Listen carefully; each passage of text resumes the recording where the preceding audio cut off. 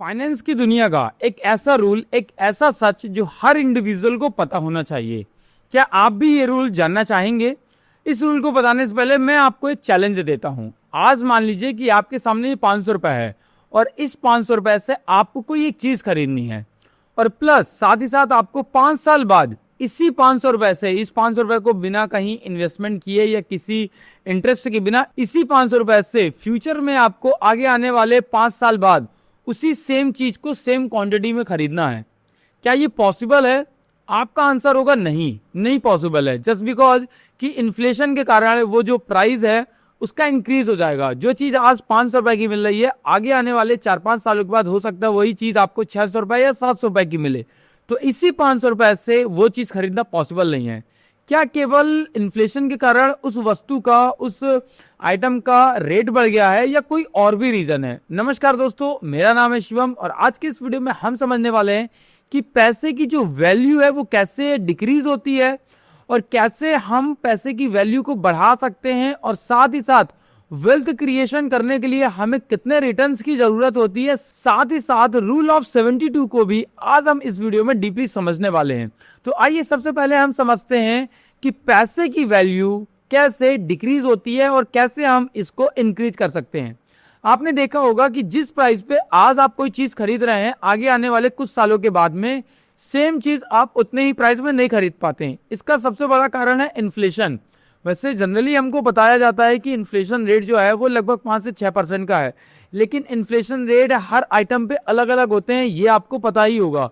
Luxury item पे अलग होते हैं, नॉर्मल जो हमारे डे टू डे लाइफ के आइटम होते हैं खाने पीने के, उन पे रेट अलग होते हैं, या तो मेडिकल पर कुछ अलग रेट्स होते हैं। तो ऑन एवरेज अगर मैं बात करूं, जो चीजें जनरली एक मिडिल क्लास पर्सन यूज करता है उस पर जो इन्फ्लेशन रेट है वो 8 से 9, 10, 12% का होता है। तो फिर भी मैं 6% की जगह अगर मैं 8% का भी इन्फ्लेशन रेट लेता हूं, तो यानी कि हर साल आपके पैसे की जो वैल्यू है वो 7 से 8% डिक्रीज हो रही है। यानी कि जो चीज अगर मैं 100 रुपए में आज कोई चीज खरीदता हूं तो नेक्स्ट ईयर मुझे उसके लिए लगभग 107 रुपए, 108 रुपए देने पड़ेंगे। तो जाहिर सी बात यह है कि नेक्स्ट ईयर मेरे पैसे की वैल्यू भी 7 से 8% डिक्रीज होने के बजाय बल्कि इंक्रीज होनी चाहिए। मुझे ऐसी जगह पैसा इन्वेस्टमेंट करना चाहिए कि मेरे पैसे की जो वैल्यू है वो 7 से 8% इंक्रीज हो, तभी तो मेरा जो मनी है, मेरा जो पैसे की वैल्यू है वो स्टेबल हो पाएगी। अदरवाइज मेरे पैसे की वैल्यू 7 से 8% हर साल घटेगी।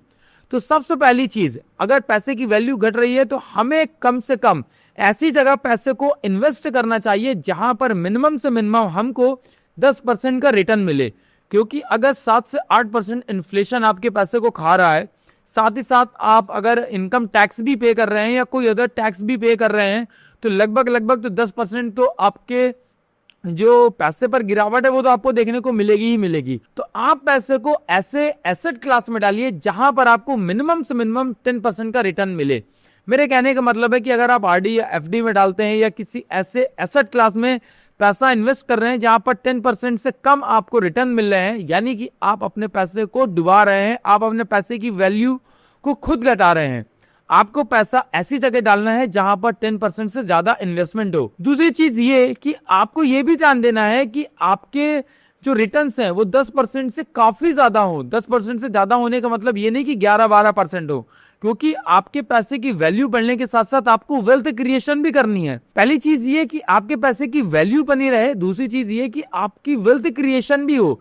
तो आपको ऐसे एसेट क्लास में पैसे डालना है जिस पर आपको हाई रिटर्न्स मिल सकता है, जैसे कि स्टॉक मार्केट वगैरह या किसी अदर म्यूचुअल फंड वगैरह में भी आप इन्वेस्टमेंट कर सकते हैं जहां पर आपको हाई रिटर्न्स मिले, लेकिन हाई रिटर्न के साथ साथ वहां पे रिस्क भी हो सकता है। तो एजुकेशनल पर्पज से यही मैं आपको बताना चाहूंगा कि ऐसे एसेट क्लास में आपको पैसा डालना है जहां पर आपको हाई रिटर्न्स मिले। 10% से तो आपको ज्यादा ही रिटर्न मिलने चाहिए। 10% से अगर आपको कम रिटर्न मिल रहा है यानी कि आप अपने पैसे की वैल्यू को डिक्रीज कर रहे हैं। तो आइए अब बात करते हैं रूल ऑफ 72 की। रूल ऑफ 72 हमें यह बताता है कि कितने टाइम पीरियड में कितने इंटरेस्ट रेट से मेरा पैसा डबल हो जाएगा। मान लेते हैं मेरा रिटर्न जो है वो 10% का है, तो लगभग जो भी पैसा मैं इन्वेस्ट करूंगा 72 डिवाइडेड बाई 10 यानी कि 7 साल में लगभग मेरी कैपिटल डबल हो जाएगी। अगर मेरा रिटर्न 15% का है तो 72 डिवाइडेड बाई 15, तो लगभग 5 सालों में मेरा पैसा डबल हो जाएगा। वहीं अगर मेरा इंटरेस्ट रेट 25% है तो 3 साल में मेरा पैसा डबल हो जाएगा।